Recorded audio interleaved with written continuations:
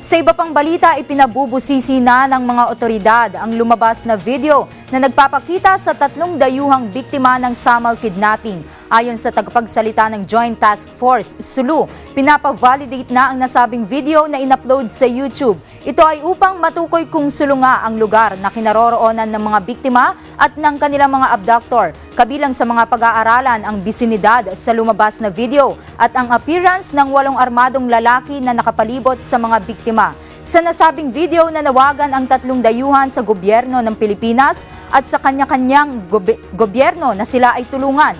Hinihiling din nilang ihinto ang military operations para maumpisan umano ang negosasyon. Ayon naman kay Captain Roy Trinidad ng Task Force Zambasulta, hindi maitatanggi na ang mga lumabas sa video ay very similar sa mukha ng 3 dayuhan at 1 Pinay na dinukot sa Samal Island. Ang mga abductors naman na nakapalibot sa kanila ay hindi nalalayo sa grupong Abu Sayyaf, partikular ang kanilang mga hawak na armas. Sinabi ni Trinidad na dadaan sa matinding pagsusuri ang video.